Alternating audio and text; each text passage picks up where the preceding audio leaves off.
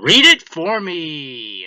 Lawyers of Reddit, what's the most cringy case you've had?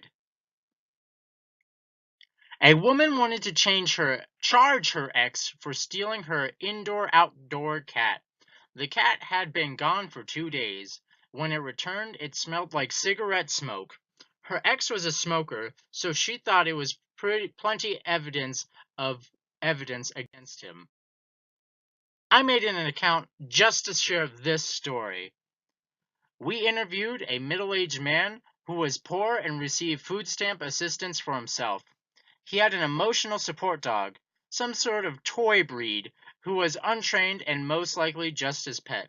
According to him, the dog could only eat expensive, organic, whole foods and could not eat any ordinary dog food.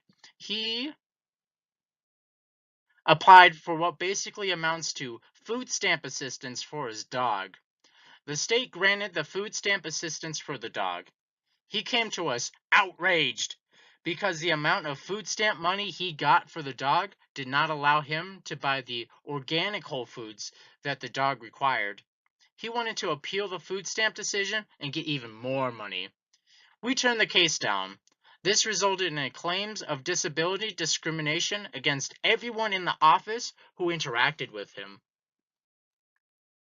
Hard to explain to someone in the military that getting caught while driving drunk 5 times will get your license revoked. And yes, your employer, the Army, will also have a bone to pick.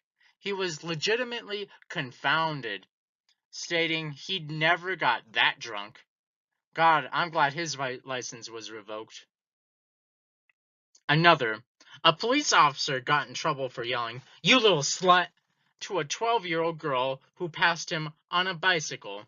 His defense was, "It wasn't meant to offend.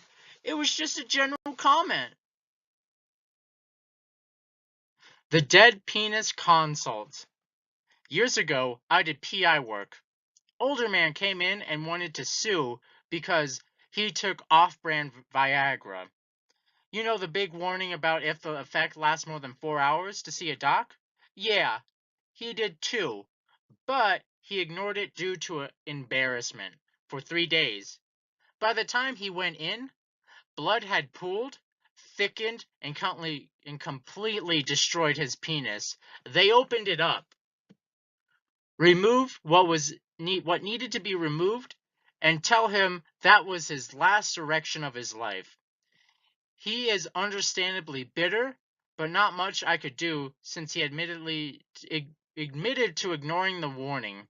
That's when he stood up in my office, dropped Tro with no warning, and yelled that he should be paid for having to deal with his new dead situation. I asked him to pack his situation and leave. Then I had whiskey and resolved never to ignore any medication warning ever again.